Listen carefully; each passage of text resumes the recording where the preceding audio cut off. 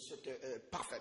Mesdames, Messieurs, bonjour, bienvenue. Kiosque, voici donc les sommaires de votre magazine. Jean-François Olenga, le patron de la maison militaire de Joseph Kabila, sanctionné par les trésors américains. Donc les Mende et les Bochab n'ont même pas, bref, le régime n'a pas eu le temps de digérer les sanctions européennes. Et bien voilà que les sanctions américaines tombent. Jean-François Olenga vient d'être sanctionné par les trésors américains. Même sa boutique Palm Beach, là où j'ai l'habitude de passer le week-end, ne peut pas non plus collaborer avec les sujets américains. Donc Jean-François Olenga ne peut plus toucher au dollar américain. Les sanctions se poursuivent et se poursuivront. Voilà donc, deuxième titre de cette émission. Joseph Kabila poursuit les consultations à Kananga. Toujours pas de meeting. Autre sujet d'actualité, le budget de Bruno Tshibala-Ngenze jugé recevable au niveau de l'Assemblée et ça sera transmis au niveau même de la commission ECOFIN. Paul Milamboué qui refait surface dans les dossiers CBA. Vous n'avez peut-être pas eu le temps de suivre. Mende et le gouvernement vous ont interdit de suivre RFI. Eh bien, moi j'ai suivi ça ce matin. Paul Milamboué sort de son silence et réclame un procès. Il dit avoir assisté via les caméras de surveillance au niveau de l'inspection générale de la police à l'étouffement, si vous voulez bien, à l'assassinat du défenseur des droits de l'homme des Rés-Mémoires, les regrettés Floribert Chebeya. Voilà donc le sommaire de votre magazine Kiosque de ce matin. Pascal Onge, tu nous suis? Bonjour cher Pascal. Allez, c'est le début du week-end. Doudou Montiri en boubou de musulmans aujourd'hui. Hein. Après ici, vous serez sur ce plateau. Ah, pour l'émission à la pointe. Hein. Merci beaucoup Doudou. Merci à Monomo, Alain Kabongo. Merci aussi à Romain Makonda et à Eric Monfé qui devraient être avec nous sur ce plateau, mais il ne s'est pas coiffé. Eric sera là le vendredi prochain. C'est lui l'homme de la semaine. Il va passer 3 semaines. Merci à Romain Makonda qui supervise pour nous l'émission. Georges Lubengue pour une fois il est avec nous. Je vais terminer par Moro Njambe. Bonjour Moro. Calme, hein? Allez, les invités, ils sont deux avec moi sur ce plateau. Le tout premier, Massikot Lebig, qui fait son grand retour sur ce plateau. Massikot, bonjour et bienvenue. Hein. Bonjour, cher Serge. Vous étiez aux États-Unis? Non, en France, lors des élections présidentielles. Oui, je reviens d'un séjour français. Donc, merci beaucoup. Allez, bienvenue à vous, chers. Vous n'étiez pas en France pour voter, vous n'avez pas la double nationalité? Non, même pas, mais comme on devait faire des articles sur Madame Le Pen, c'est pour cela qu'on a été. Merci beaucoup, très cher Massikot. Allez, les grands retours de Bouchemouni, l'homme éveillé. Daniel Safou, bonjour. Bonjour, Serge. Vous allez bien? Très bien, en santé de fer. Ok, en suivre seulement les sommaires de l'émission, vous vous dites que ça sera chaud ce matin. Ça sera chaud, c'est la joie de tout un peuple quand il se rend compte. Ceux qui nous menacent, ceux qui se comportent en gangsters, sont frappés par leurs maîtres. Donc ça veut dire ici sont grands, ailleurs sont des petits messieurs. Merci beaucoup, cher Daniel Safou. Un texto de téléspectateurs qui tombe déjà. Barumbu au centre Saint-Paul. La police monnaie l'opération de l'enrôlement. Si vous n'avez pas d'identité, on exige 2000 francs. Corneille Nanga, au-delà des dettes que vous ne savez pas payer pour la presse. Voici l'info. Barumbu, au centre Saint-Paul, la police monnaie l'opération de enrôlement. Sans identité, on exige 2000 francs congolais. Je ne confirme pas, c'est un texto qui nous parvient des téléspectateurs. C'est à vérifier. Corneille Nanga. Voilà. Allez, voici les titres des journaux. Les députés endossent le budget 2017. Bruno Tshibala sera jugé aux actes, s'exclame la prospérité de Marcel Ngoï. Hier à Kananga, aujourd'hui à Mbujimaï, Kamwina Sampou, Kabila poursuit les consultations. Le journal écrit situation explosive au mécanisme national de suivi. Kaloumé et Ngoulou 3 à couteau tiré. Mais Ngoulou, tu as commencé avec François Mwamba. Tu poursuis avec... Non, ça fait quand même trop. Au GFM, Kikwa et India se poignent, les agents crèvent le faim. Crise politico-sécuritaire en RDC, syndicat d'Okolo, de l'indignation à l'acte, la bonne gouvernance de Jérôme Sekana. Cher Jérôme, bonjour, cher René. Un pétard au goût de certains, Kabila enfin dans les Kassai, s'exclame la bonne gouvernance. Forum des âges, je vais terminer par ce titre, rigueur sur le fond de maximisation des recettes de l'État. Bruno Tshibala brandit des sanctions. On va se limiter là pour les titres de journaux. Allez, voici maintenant les débats. Je commence par vous, cher Bouchemouni, avec d'abord ce sommaire. Hein. Paul Moulamboué, vous le connaissez? Oui, je le connais. Allez-y. En fait, Serge, pour ceux qui n'ont pas suivi l'information, Paul Milambwe, c'est un des majors qui a quitté le pays, notamment, c'est un témoin gênant. Il semble dire, nous avons suivi tous RFI, il semble dire que lui a vu comment on était tenté de zigouiller Chebeya. Donc il a assisté à l'assassinat de Chebeya. Il est allé plus loin. Il dit, les autorités du pays sont impliquées.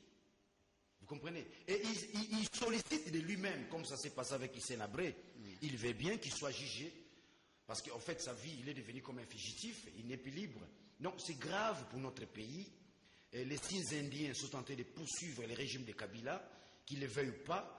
Voilà, aujourd'hui, Chebeya, où on semblait ne pas enterrer l'affaire refait surface.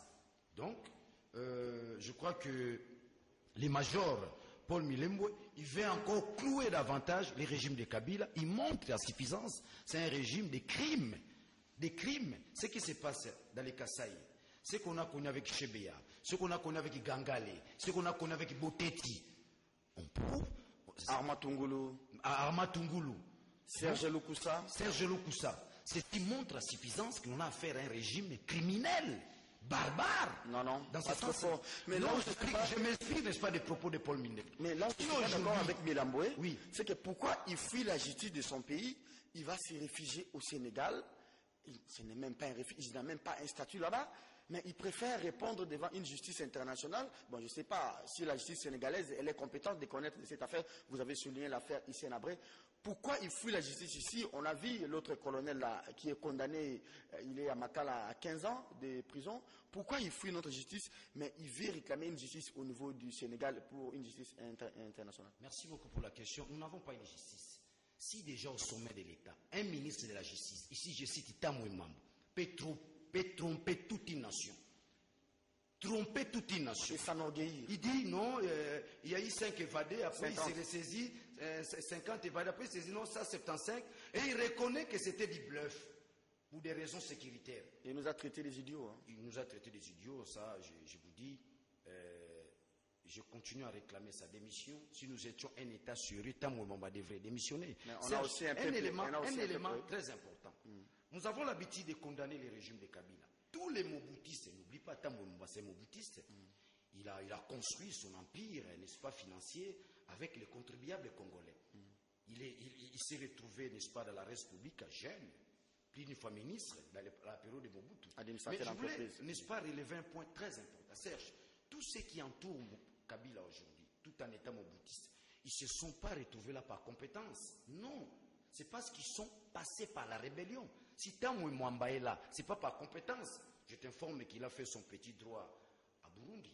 Au Burundi, oui. Burundi. Oui. C'est là où il a fait les droits. Il a fait les droits au Burundi. Donc ici, nous avons aussi des juristes, l'iniquil. Alors, la justice, pourquoi Paul Milambwe fuit la justice au Congo? C'est ça, je suis en train de répondre à ta question. On n'a pas confiance à cette justice. Une justice teintée de mensonges.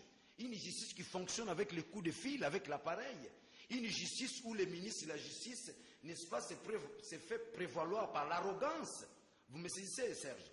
Lorsque les ministres de la justice, n'est-ce pas, révoquent le directeur de la prison, il doit aussi lui-même partir. Qui est censé gérer, n'est-ce pas, nos prisons? C'est les ministres de la justice. Allez vérifier la prison. L'administration de la prison, ce sont les prisonniers eux-mêmes. Ce sont les prisonniers qui entretiennent. On dit l'actuel directeur de la prison, il fait souffrir maintenant les prisonniers. Il n'y a pas d'entrée. MAP est cotaté, au pire est cotaté. Nulle part. En aucune prison du monde. Moi, je suis un ancien prisonnier. Cette décision machiavélique et irrationnelle va tuer nos prisonniers. Qu'est-ce qu'on donne à la prison là-bas? Qu'est-ce qu'ils vont manger? Merci beaucoup. Je comprends que vous n'avez pas voulu répondre à ma question, mais vous avez quand même les 30 J'ai répondu autrement. Ok.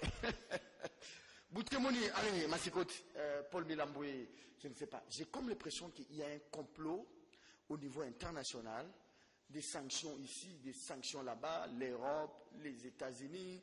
Paul Milambwe qui sort. Qu'est-ce qui se trame derrière tout cela? Commentez d'abord la sortie médiatique. Elle est opportune, elle est inopportune? Non, c'est-à-dire que Paul Milambwe réclame une justice au niveau du Sénégal depuis longtemps. Sa sortie ne date pas seulement d'hier ou de ces jours-ci. C'est depuis longtemps qu'il demande à être jugé, mais par une justice clair, impartial et neutre. Donc, moi, je crois qu'il a raison, parce que si vous voyez ce qui s'est passé ici, avec, par exemple, l'affaire Moïse Katumbi, où lorsqu'il a été condamné, nous avons assisté à une fuite du pays de la juge qui était chef des séances. Et la juge a déclaré ceci, qu'elle a reçu des injonctions, je crois, du pouvoir exécutif pour qu'elle puisse prononcer le jugement dans ce sens-là, condamnant Moïse Katumbi. Donc je crois qu'aujourd'hui, beaucoup de faits, moi je me limite seulement à citer cet exemple-là, loin d'être fanatique ou encourager ce que Moïse Katumbi a fait dans le pays, mais j'observe qu'on a eu un cas, que la juge a quitté le pays, les gens le savent, qu'il y a une juge qui a quitté le pays à cause qu'elle a reçu des Alors, injonctions. ce que Paul Milamboué dit, j'ai suivi une fois, je ne sais pas si c'était Kenga ou bien le même Paul Milamboué, quand il a parlé, Mende nous avait brandi, soi-disant, les membres des familles de Kenga ou de Milamboué pour dire que ces gens-là ne reconnaissaient pas la voix de leurs frères. Ils disaient, nous avons besoin que RFI nous amène notre frère pour être jugé ici. Vous vous souvenez de ça? Oui, exactement. Mais ce qui est, c'est que Mende ne doit pas intervenir dans la justice, dans le cours de choses. Et c'est seulement un procès qui peut nous dire si c'est Kenga et c'est le membre de famille réel. Mais nous pensons que les gens connaissent Paul Milamboué parce qu'il était policier. Si vous allez dans les effectifs de la police, vous allez voir son nom est là. Et moi, je crois qu'aujourd'hui, comme avec les chefs d'État africains qui condamnent, par exemple, la CPI et veulent qu'on institue, qu'on les juge, par exemple, par les Africains eux-mêmes. Donc je crois qu'on a assisté au procès du président Sénabré. Nous avons vu que ce procès-là s'est bien déroulé et nous sommes arrivés à une condamnation, ce que les gens attendaient. Donc je crois que si Paul Milamboué aujourd'hui réclame qu'on puisse le juger au Sénégal, je crois qu'on aura affaire à un bon procès et un procès équitable. Mais quand Paul Milamboué dit qu'il y a des commanditaires au sommet de l'État, qu'est-ce qu'il insinue par là? Bon, je crois qu'il faut laisser la justice conclure, mais moi je crois qu'il y a une part de vérité, et il est dit, mais ce n'est pas aujourd'hui, ce que dit Paul Milamboué, ce n'est pas une vérité fondamentale.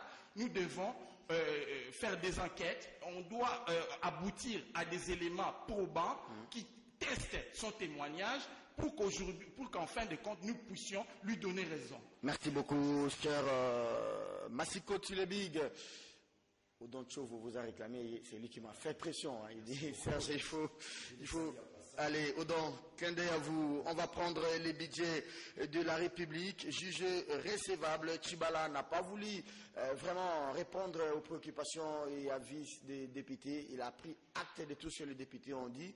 Et il dit, c'est votre document, c'est votre budget, vous êtes une représentation nationale, c'est à vous, via la commission ECOFIN, de pouvoir réajuster les tirs. Alors, ces budgets prévoient une grande part pour les élections. Massikoti, vous avez la parole. Donc, le travail commence au niveau de la commission ECOFIN, mais la session se clôture le 15. La commission ECOFIN en a peut-être pour 4-5 jours. Si c'est les maximum, c'est 7 jours pour que ces budgets soient ramenés au Sénat. Donc, indubitablement, nous allons vers une extraordinaire. Voyons voir, parce qu'il nous reste à peu près 14 ou 13 jours, mais je crois qu'ils ont donné, la commission ECOFIN va livrer son rapport dans 6 jours, je crois maintenant, et si le rapport est fini par être adopté rapidement et envoyé en seconde lecture au niveau du Sénat, et que les sénateurs ne trouvent pas beaucoup de choses à amender ou à corriger, je crois qu'avec un forcing, on peut arriver à voter les budgets dans les deux chambres avant la fin de session. Mais ce qui est sûr, c'est que nous attendons aussi une loi, c'est la loi au niveau de la CNSA. Oui. Donc cette loi n'est pas encore en vigueur, n'est pas encore votée. Donc je crois que nous allons avoir une session extraordinaire en fin de compte. Et pourtant, le président de la République, puisque vous parlez du CNSA, il avait, devant députés et sénateurs, il avait demandé qu'on puisse traiter de diligence au courant de cette session, cette loi. Qu'est-ce que c'est entre les dires du président de la République et l'acte du Parlement? Voilà, donc lorsque le président demande, c'est maintenant au niveau du gouvernement de proposer le projet de loi au niveau de la... Il y a un député INC qui a fait une proposition de loi aussi. Voilà, mais je ne sais pas si ça a déjà été déposé pour que ça soit traité au niveau des commissions et de la plénière. Mais je crois qu'aujourd'hui, il y a quelques jours, j'ai entendu des gens demander les institutions étaient en train de demander aux composantes de venir donner les noms des membres du CNSA. Moi, je crois que ça, c'est une mauvaise façon de faire, parce que avant de donner les noms des acteurs qui vont composer le CNSA, je crois qu'il fallait d'abord commencer par voter la loi. On a une loi et à partir de la loi, on peut commencer à désigner les animateurs. C'est pas ce que l'accord dit. Hein. L'accord parle d'abord des quotas de composantes et la loi vient après. Hein. Or, le quota, on peut délimiter que telle composante donnera ou bien va occuper la présidence, l'autre composante la vice-présidente, mais je ne crois pas c'est le bon moment pour donner des noms, hein, commencer d'abord à se réunir, pour commencer à donner l'opposition politique, c'est quoi votre nom, la majorité, vous donnez quel nom? Non, je crois que ce n'est pas le moment. Le moment, c'est de débattre de la loi et d'arriver à voter cette loi, comme ça après on passera. Allez, vous parlez du CNSA, parlons du budget. Voilà. Donc pour le budget, j'ai un peu entendu ce que le budget est passé, disons, a été adopté, passé au niveau de la commission, mais je crois que Bruno Tshibala invente beaucoup de choses qui finalement, il ne va pas arriver à réaliser. C'est-à-dire quoi? Aujourd'hui, Bruno Tshibala a été dans l'opposition. Bruno Tshibala a eu le temps de critiquer les gouvernements successifs, à commencer par l'époque de Mobutu, la façon dont il gérait les pays. Parce que le problème du Congo, c'est quoi? Beaucoup de gens, lorsque vous allez à la cité, lorsque vous interrogez les gens, c'est le problème économique. Nous connaissons beaucoup de problèmes économiques, c'est-à-dire on a eu à avoir des interventions au niveau des fonds monétaires de la Banque mondiale qui n'ont servi pratiquement à rien. Hein? Et Bruno Tshibala semble déclarer passer une trentaine d'années avec Etienne Tshisekedi, mais n'a pas tiré les leçons. C'est-à-dire quoi? Voilà, on a aujourd'hui ce qu'on appelle les FPI, c'est-à-dire les fonds de promotion de l'industrie. C'est-à-dire ça a été créé dans le cadre de diversifier l'économie. C'est-à-dire on ne peut pas seulement se limiter à exporter les matières premières, et on se limite là parce qu'au cas où il y a des cours chutent, nous allons subir des graves sanctions et des graves manquements d'argent. Donc on a fait les FPI. Mais regardez ce que les FPI a apporté au pays. Mais lui, il vient dans son budget, il propose, je crois, 750 millions de dollars pour créer un autre fonds.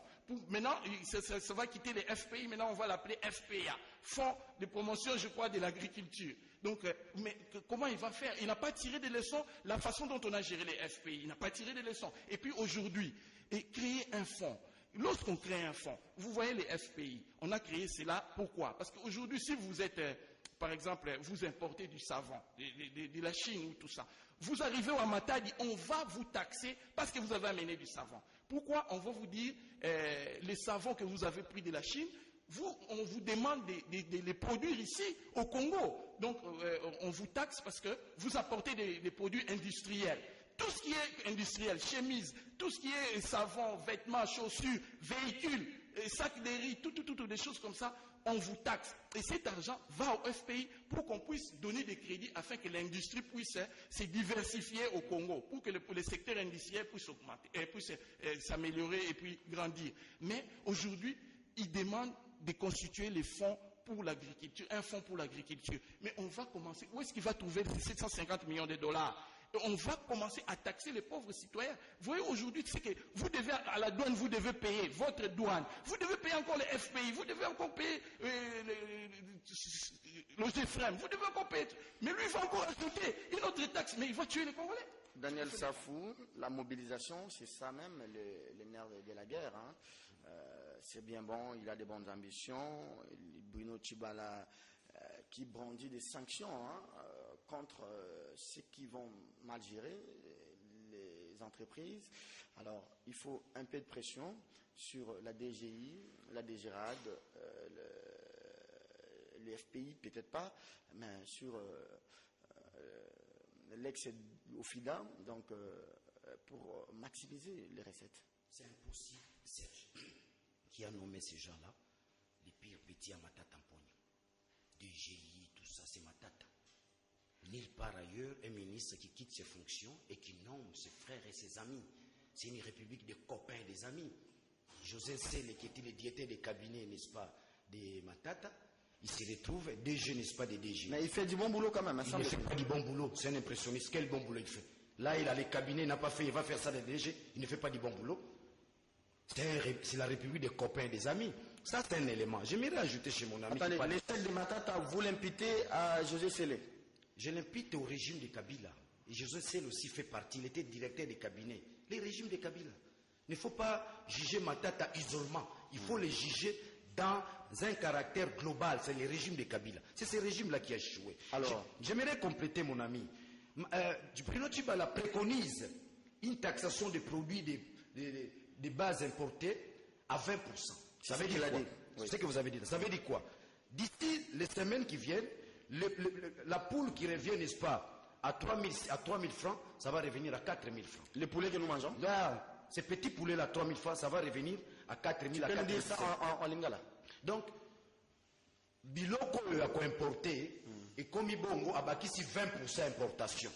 Bon, 20% importation wana, ne bongo memeli biso mikakatano. Pona nini? Soso to sombaka bongo na 3 000 francs, ne bongo peuple bayeba, ilingo koma 4 500. Batu bakanga mabumu na bango, basi ilingo ya sumakasi. Ça c'est un élément. Je reviens encore sur les caractères de ce budget. C'est là où j'ai compris que Bruno Tchibala n'est pas opposant. S'il était opposant, il allait partir du compte. Regardez, le contexte des opposants aujourd'hui part, n'est-ce pas, d'une pensée claire et nette, ce que j'appelle la pensée politique de Tshisekedi. Le peuple d'abord. Il est sorti de ce contexte pour se retrouver dans les prétextes. Vous comprenez? C'est-à-dire, il met sur la place biblique les caractères antisociaux. Serge, c'est grave dans ce budget-là. Prenons les budgets. Bruno Tchibala prévoit les institutions supérieures et universitaires sont censées payer les taxes. Bruno Tchibala prévoit dans ce budget-là. Les hôpitaux sont censés payer les taxes. Serge, c'est très grave. Mais ça c'est vrai parce que regardez ce qui se passe à l'INEKIN. Les étudiants payent beaucoup d'argent. Les recteurs ne font rien. Que ce soit à l'IFASIC, là où j'ai étudié, à l'INEKIN, vous allez à l'INILU. Ça devient comme une sorte de régie financière. L'État ne bénéficie de rien. Non, regarde, maintenant c'est l'État qui se présente à un État voleur. Regardez Serge. Dans un État, lorsque vous ne savez pas soutenir la jeunesse, lorsque vous ne savez pas accompagner la jeunesse, cet État-là est voué à l'échec. Parce que c'est la jeunesse qui est censée prendre la relève. Aujourd'hui, les étudiants qui se rendent compte que l'État ici n'a aucun souci pour, n'est-ce pas, la jeunesse. La recherche scientifique n'est pas prévue, n'est-ce pas, dans ces budgets. Où sont les bibliothèques? Dès demain, les gens vont constater une augmentation des frais, n'est-ce pas, de consultation.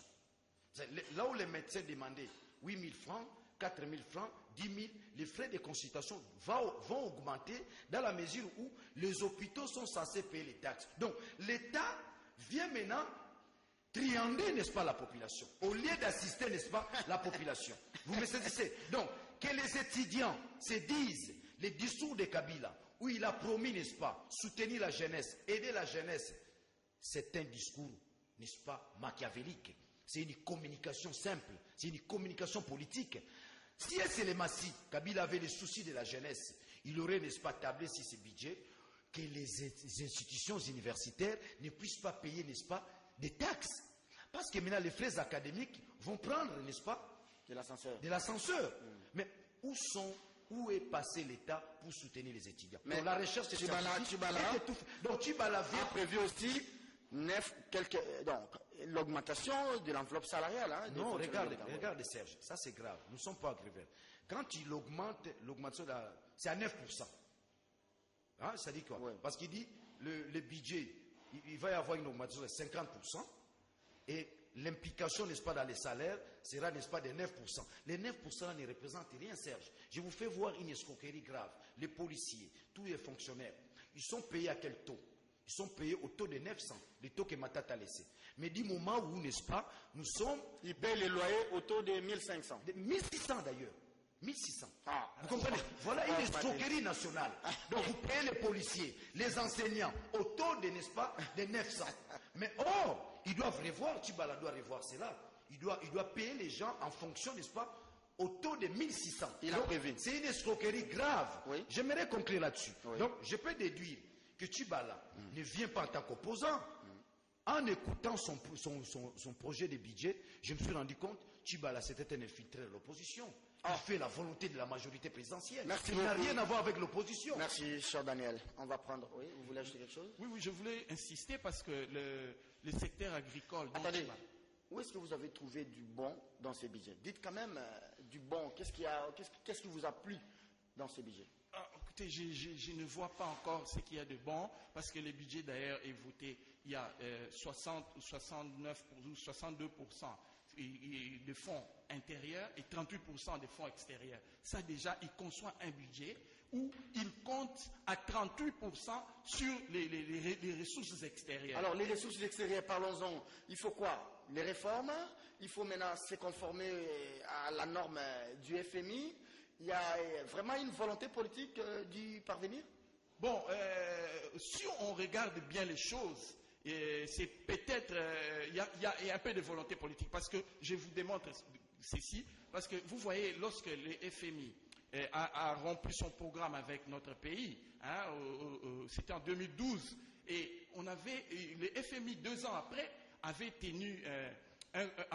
publié un communiqué disant que le programme avec la RDC doit revenir si et seulement si la RDC met de l'ordre dans le secteur minier. Parce que c'est dans ce secteur minier que le programme a été interrompu. Alors, est-ce que Tchibala a assez de poids pour qu'il mette de l'ordre dans le secteur minier?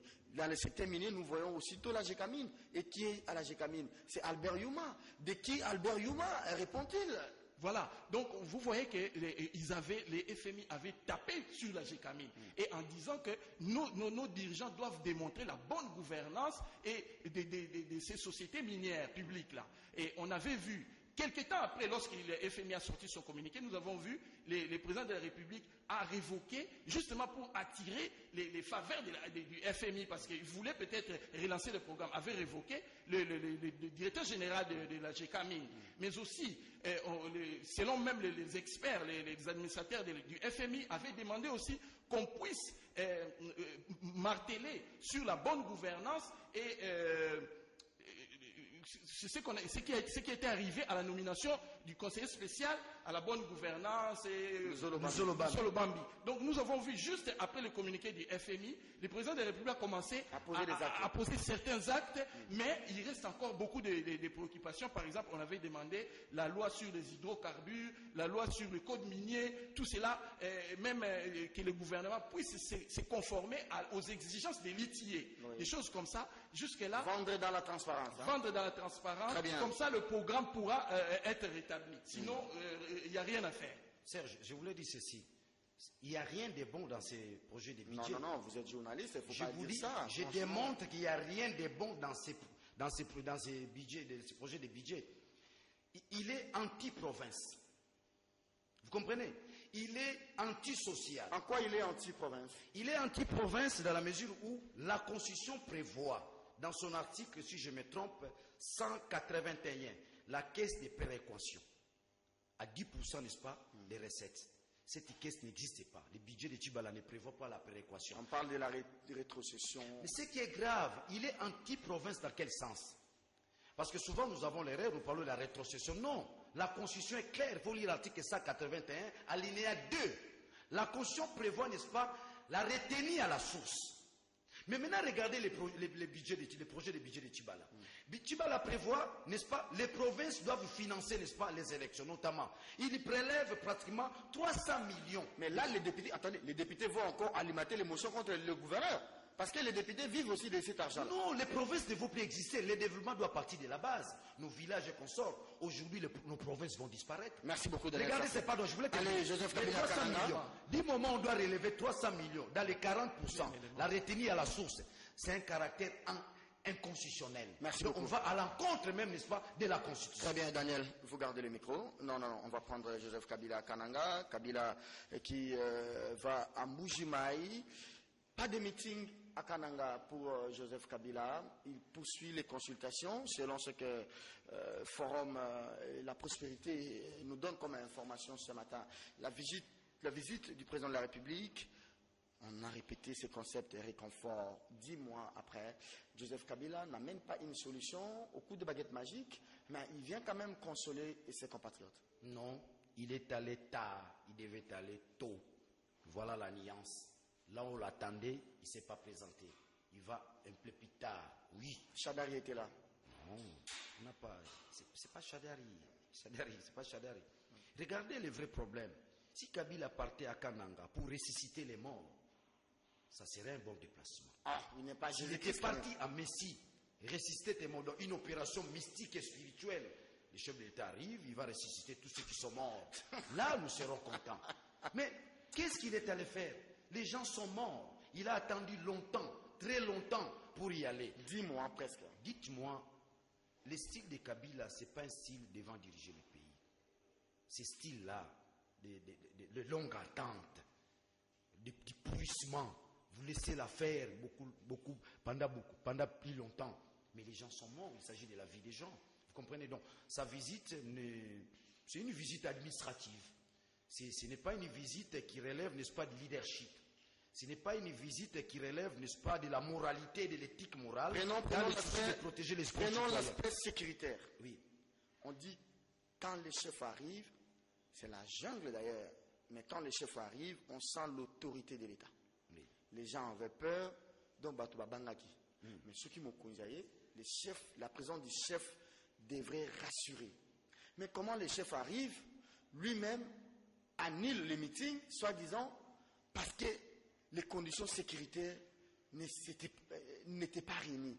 Donc, si Kabila lui-même arrive avec les services à annuler les meetings pour raison de sécurité, qu'est-ce que nous allons en dire de ces petits Katangais-là? Ils vont se dire quoi? Serge, il n'y a pas eu meeting, il y a coupure aujourd'hui entre Kabila et les Kassaïens. Ils sont mécontents de leur président. Ils ne sont pas fiers de lui. Quand il arrive, il n'y a pas meeting. Évidemment, ce sont les services qui lui ont dit. Les gens sont mécontents ici. Il allait faire quel genre de meeting? On allait écouter quoi? Qu'est-ce qu'il allait leur dire? Il allait parler en Tchelouba, non? Non, non. Quittons le théâtre, Serge. Nous serons dans la praxis. Les gens sont mécontents dans les Katanga, dans les Kasaï. Même moi, qui ne suis pas de l'autre côté, je suis mécontent. Ce qui s'est passé dans les Kasaï, c'est un carnage. C'est un carnage. C'est un sabotage. C'est une bêtise humaine. La vraie valeur, c'est l'homme, Serge. La vraie valeur, ce ne sont pas des minéraux. La vraie valeur, ce n'est pas le gouvernement Tchibala. La vraie valeur, ce n'est pas les budgets qu'on cherche à voter. La vraie valeur, c'est l'homme créé à l'image de Dieu. Lorsque vous n'avez pas de respect à cet homme-là, créé à l'image de Dieu, cet homme-là, dont vous avez la mission de gérer, n'est-ce pas, la destinée, je crois que les gens n'ont plus à écouter son discours. Alors, c'est fini. On annule même le match de football entre Sangabalende et Daring Club Motema Pembe. On a dit on ne veut pas de l'attroupement pendant les séjours du chef de l'État dans les Kasaï. Donc, même le général là, qui a polémiqué avec Delis et Sanga, je ne sais pas, il s'appelle comment, Kifwa, il ne pouvait pas prendre les mesures sécuritaires pour que les chefs puissent tenir un meeting. Si les chefs n'arrivent pas à tenir un meeting, qui d'autre va le faire à son absence? Serge, nous avons des généraux affairistes. Hein. Ce pas des généraux qu'on a connus qui ont fait l'école de guerre et consorts. Hein. Ce sont des affairistes. D'ailleurs, au Lugambo, on a une armée. Souvent, on a voulu nous faire dire que non, il ne faut pas parler de l'armée. L'air est grave. L'air est grave. Ils sont payés par l'argent des contribuables. Ils sont payés par notre argent, l'argent du contribuable. Oui. Ils doivent diminuer un peu leur dose d'arrogance. Vous comprenez? Serge, j'allais, n'est-ce pas, soulever un point aussi, n'est-ce pas, important. Sur les Kananga. C'est une révélation, si les Kasaï. Aujourd'hui, lui-même, le chef d'État a du mal à retourner. Il se sent en insécurité. Il se pose la question, pourquoi je suis allé là-bas? Il a du mal à prendre son avion et retourner ici. Non, c'est pas vrai. Et je vous dis, mais s'il n'a pas tenu son meeting, il se sent en insécurité. Est-ce que le problème c'est le meeting ou bien le problème c'est d'écouter la couche sociale? Non, il va écouter la couche sociale comment? Il doit communiquer avec cette masse-là, il doit parler à cette masse-là. Pour dire quoi? Il doit leur donner, il doit rassurer. Ses excuses? Il doit les rassurer. C'est ça un papa. Serge, n'oublie pas, nos papas biologiques peuvent mourir. Le vrai papa dans un pays, c'est l'État. C'est notre premier parent. Incarné par Joseph Kabila. Oui, c'est notre premier parent, c'est l'État. Lorsque cet État-là ne joue pas son rôle de parent, lorsque cet État-là ne joue pas son rôle d'éducateur, lorsque cet État-là ne joue pas son rôle, n'est-ce pas, d'engager les gens à leur destinée, c'est un État démissionnaire, c'est un État qui n'existait pas. Allez, Mascotte, vous avez la parole. Le chef de l'État Kananga, il va faire le déplacement des Mbujimaï. Bon, je ne sais pas, peut-être qu'il va faire la ronde et venir faire les points lors d'un meeting. Mais il a été prévu un meeting, le meeting n'a pas eu lieu, soi-disant pour des questions sécuritaires. Mais quand les chefs arrivent, mais on a vu Hollande venir au Thessalite, saluer l'opération Barkhane. On a vu Macron, aussitôt investi 2 jours après, il il n'est même pas arrivé au niveau de Bamako, il était au Nord Mali. On a vu Hollande à Bossangwa, on a vu Hollande à Bangui. Mais comment justifier ça? Moi, je crois que le contexte a changé. C'est-à-dire, lorsque M. Kabila allait au niveau de Bunia, tout ça, c'était avant l'expiration de son mandat. Hein. Donc, à cette époque, M. Kabila disposait encore de la légitimité du pouvoir. Donc, les gens reconnaissaient en lui le chef de l'État jusqu'au 19 décembre 2016. Mais aujourd'hui, lorsque le drame se produit au Kasaï et que 9 mois après, je crois, M. Kabila se pointe pour aller reconstituer ou réconforter la population, je crois qu'il y a un élément qui est perdu dans la chaîne, parce qu'avant, il disposait de la légitimité. Mais aujourd'hui, il a ce qu'on appelle la légalité. Chadari a fait au moins 4-5 visites au nom de ce gouvernement. Donc Kabila en est la tête. Oui, mais écoutez, lorsque vous êtes en dépassement de votre mandat, les sentiments que le peuple aura envers vous, ce n'est plus pareil que pendant que vous étiez encore en légitimité. Vous voyez, aujourd'hui, c'est ce problème-là qui se pose, parce qu'il n'est pas légitime. Il a la légalité, parce que dans la Constitution, c'est dit qu'il reste en fonction jusqu'à l'installation d'un nouveau président. Mais la légitimité, les gens ont besoin des élections. Les gens ont besoin de le... Est-ce que vous aimeriez que le président de la République arrive, qu'il dise aux Kanangais, moi je viens vous rassurer que Nanga viendra vous enrôler ici après mon passage. Vous avez aussi peur que l'après Kabila se ressemble à l'avant Kabila, comme ça a été à Béni? Oui, parce que à Béni, je crois qu'il est allé 2 fois ou plus de 2 fois. On a tué les gens pendant qu'il était là. Voilà, on a tué des gens. Et je me rappelle encore une fois, il était à Béni. Et pendant qu'il se trouvait à Béni, il y a un dépôt de carburant qui a été attaqué par les ADF, non loin de l'emplacement où il était. Comment vous voulez expliquer cela? Ça ne rassure pas les gens. Mais tous ces généraux-là, excusez-moi, cher Massimo, les affairistes. Tous ces généraux-là, Kanyama, Tangofor, et l'autre là qui polémique avec, il devient comme un politique. Ils ne peuvent pas rassurer les chefs pour que les chefs tiennent quand même un meeting et parler et communier. Je ne sais pas si vous imaginez la gravité de ce que je dis. Si les chefs n'arrivent pas à tenir un meeting, qu'en sera-t-il de ce petit Katangais? Le problème je crois que le problème de sécurité ne se pose pas trop, mais c'est le problème peut-être de la réaction des gens qui vont l'écouter. Peut-être ça c'est le problème. Et on craint à ce que, comme je vous dis, il y a une part des sentiments les gens avaient au pouvoir de M. Kabila en tant que légitime. Aujourd'hui, cette part-là n'existait plus. Ces sentiments-là d'amour profond au niveau du chef de l'État a diminué. Donc je crois que tenir un meeting devant cette atmosphère, je crois qu'ils ont quand même des craintes par rapport à ça. Les drames humanitaires, parce que c'est les cortèges de malheur, plus d'1 million de déplacés internes, plus de 300 000 réfugiés en Angola voisin. Donc c'est un fief électoral qui part également. Exactement, les gens ont besoin des élections. Mais là, maintenant, on se rend compte qu'il y a des déplacés, il y a certaines personnes qui sont en Angola. Maintenant, comment on va faire pour enrôler tout ce monde-là? Et c'est ce qui doit interpeller M. Kabila aujourd'hui, de trouver des solutions. D'abord, de ramener ceux qui sont à l'extérieur, parce que les déplacés internes, on peut toujours les enrôler là où ils sont, même s'ils ont perdu leur carte d'identité, leur passeport, tout ça, mais on peut quand même... les réfugiés peuvent constituer une partie de la diaspora en Angola. Merci beaucoup. On va prendre le dernier thème de l'émission. Juste un petit élément. Ouais. Kabila s'est fait enrôler, n'est-ce pas, ici à Gombe. Moi, je pense, Chibala peut rassurer, n'est-ce pas, ses frères Kassaïens, qui va se faire enrôler là-bas. Je ne vois pas les élections sans les Kassaïs. Je ne vois pas les élections sans les Kassaïs. Serge, moi je vous dis, Njidi Kassaïen, je ne me ferai pas enrôler ici. Je vais me faire enrôler dans les Kassaïs. Moi, Daniel Safou, voilà le patriotisme. Je vais au-delà du président de la République, qui a abandonné mes frères Kassaïs. Non. Il devrait se faire enrôler là-bas. Attendez. Que Tibala rassure les Congolais qui va se faire enrôler là-bas. Attendez. Si les Kassaïs ne s'enrôlent... Vous pouvez retirer le fait que vous avez dit, le chef de l'État a abandonné les Congolais. Je ne suis pas d'accord. Vous pouvez retirer ça. Serge. Vous pouvez retirer ça. Moi, je retire par modestie, mais sinon, Merci je n'allais beaucoup. pas retirer. Allez, j'ai lu le texto de téléspectateurs. Bonjour kiosque. Je voudrais savoir si dans le budget 2017, le Premier ministre a revu les salaires des fonctionnaires au taux du jour, c'est-à-dire 1500, parce que nous sommes payés au taux de 90, donc 90. Patrick depuis Kassangoulou. C'est ce que vous avez dit. Hein? Oui, je l'ai dit. Merci beaucoup, cher Daniel. Bonjour kiosque. Le budget de Bruno Tibala, j'ai l'impression que le taux du dollar américain atteindra 1700 d'ici la fin de l'année. Badin Chako, depuis Ngwala. Bonjour kiosque, c'est Junior Mbouyamba. J'aimerais savoir où sont passés Félix Tshisekedi et Pierre Lumbi. Ce gouvernement n'a pas de la volonté d'organiser les élections. Où allons-nous, se demande Junior Mbouyamba. Allez, dernier virage. Quand l'arbitre fait ça, c'est que l'émission prend fin. La Cicotte Libigue, les sanctions des Américains, les sanctions des Européens.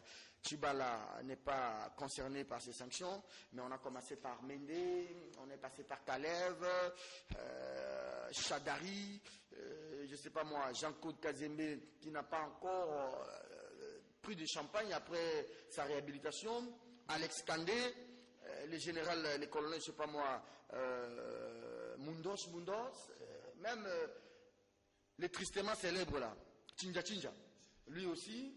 Alors, tolalité, tolamkara pas au général Olenga. Comme disait Félix Oisé quoi. Tout fond la porte bouée, nana kota, général Olenga, sanctionné. Qu'est-ce qui se trame? J'ai posé cette question au début de l'émission. Derrière toutes ces sanctions au niveau européen, tout comme au niveau des États-Unis.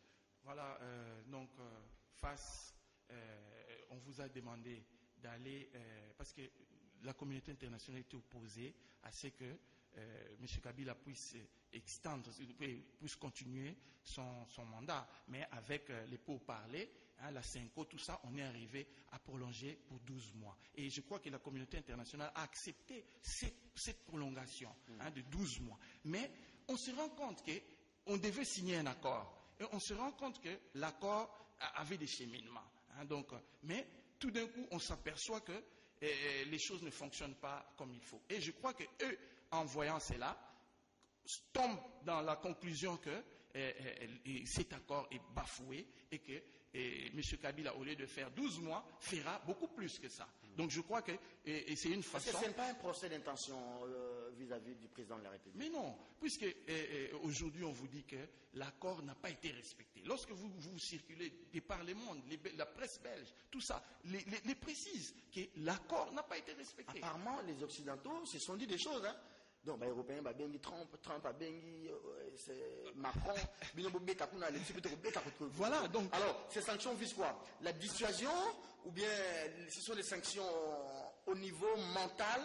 C'est une manière de faire pression sur les régimes? C'est un peu de tout, parce que vous voyez, avec le dictateur Saddam Hussein, par exemple, il avait une forte armée, mais lorsque le plan de les déstabiliser a été conçu, on ne pouvait pas l'attaquer tout de suite. On ne pouvait pas l'attaquer parce qu'il avait une forte armée. Qu'est-ce qu'ils ont fait? Ils ont fait l'embargo. Donc ils ne pouvaient plus importer parce qu'il avait beaucoup de chars de combat, beaucoup d'avions militaires.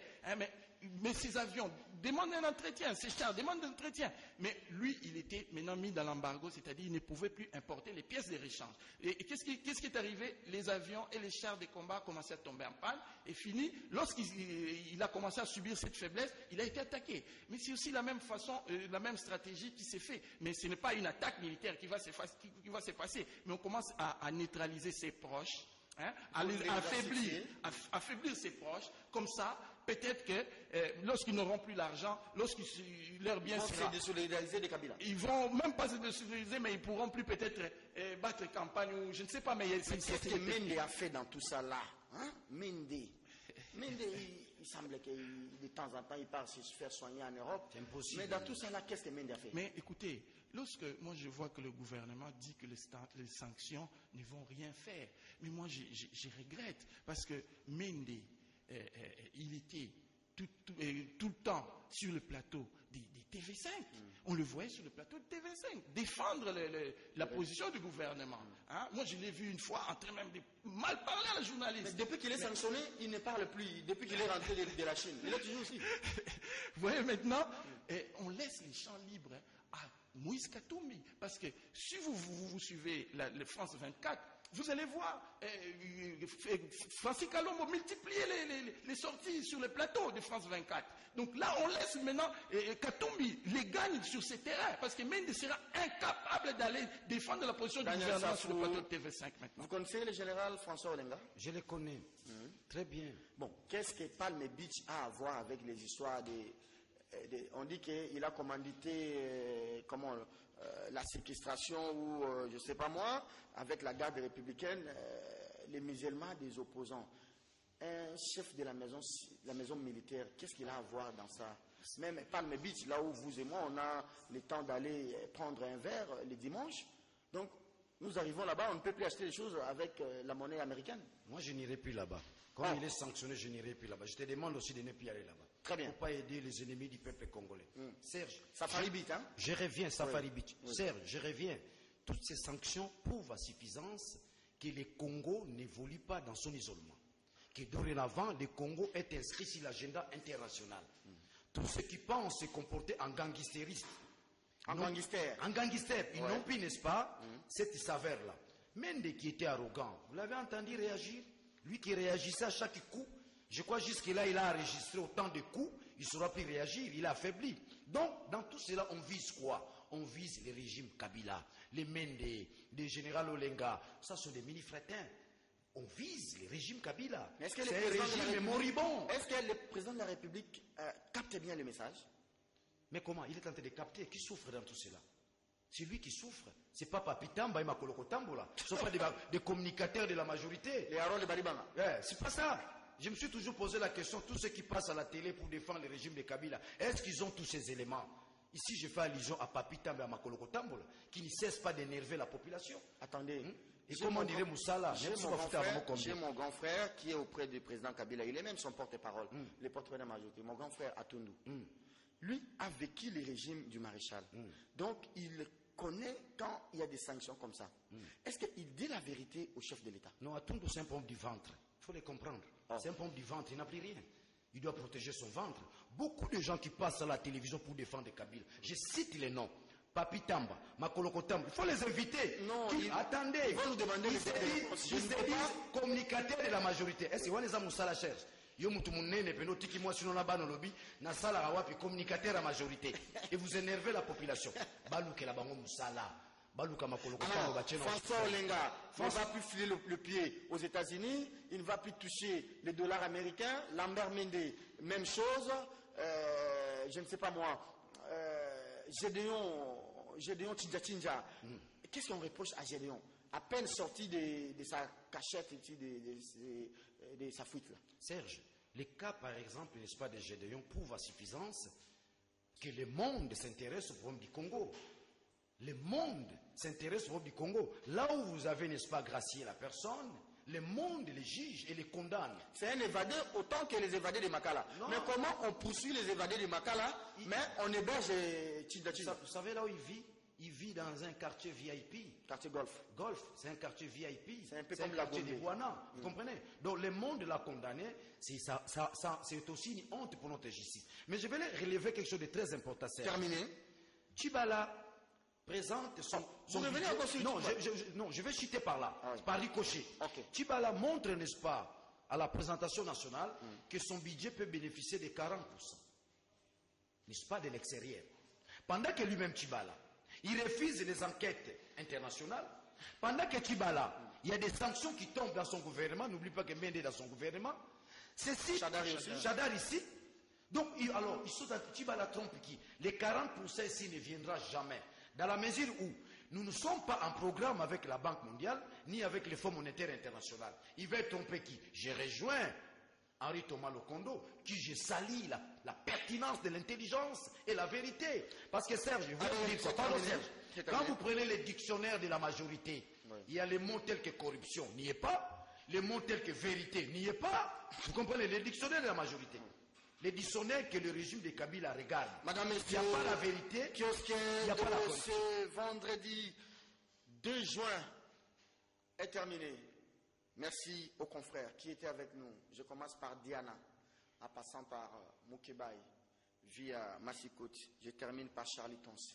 Vous étiez des milliers à nous suivre à la radio, à nous regarder à la télé pendant toute la semaine. Je vous dis grand merci. Je termine kiosque avec ce texto d'un téléspectateur. Sali Kiosque depuis la province de Kouilou. Oh, c'est cet TV suivi aussi à Kouilou. Ah bon? L'enrôlement piétine que Venanga pour ma province. Les députés de Kouilou ne disent rien. Merci beaucoup. Votre message est passé. L'émission d'aujourd'hui a connu la participation technique du tout-puissant Romain Makonda, les professeurs. Merci à Doudou Montire, à Moron Djambé et à Serge Kabongo qui l'a présenté pour vous. Vous deux, vous allez vous saluer. 9h30. Non, ça c'est mon frère. Le lundi, le duel est donc annoncé. Moukebaï, Diana Gikupa. Bon début du week-end à tous et à chacun.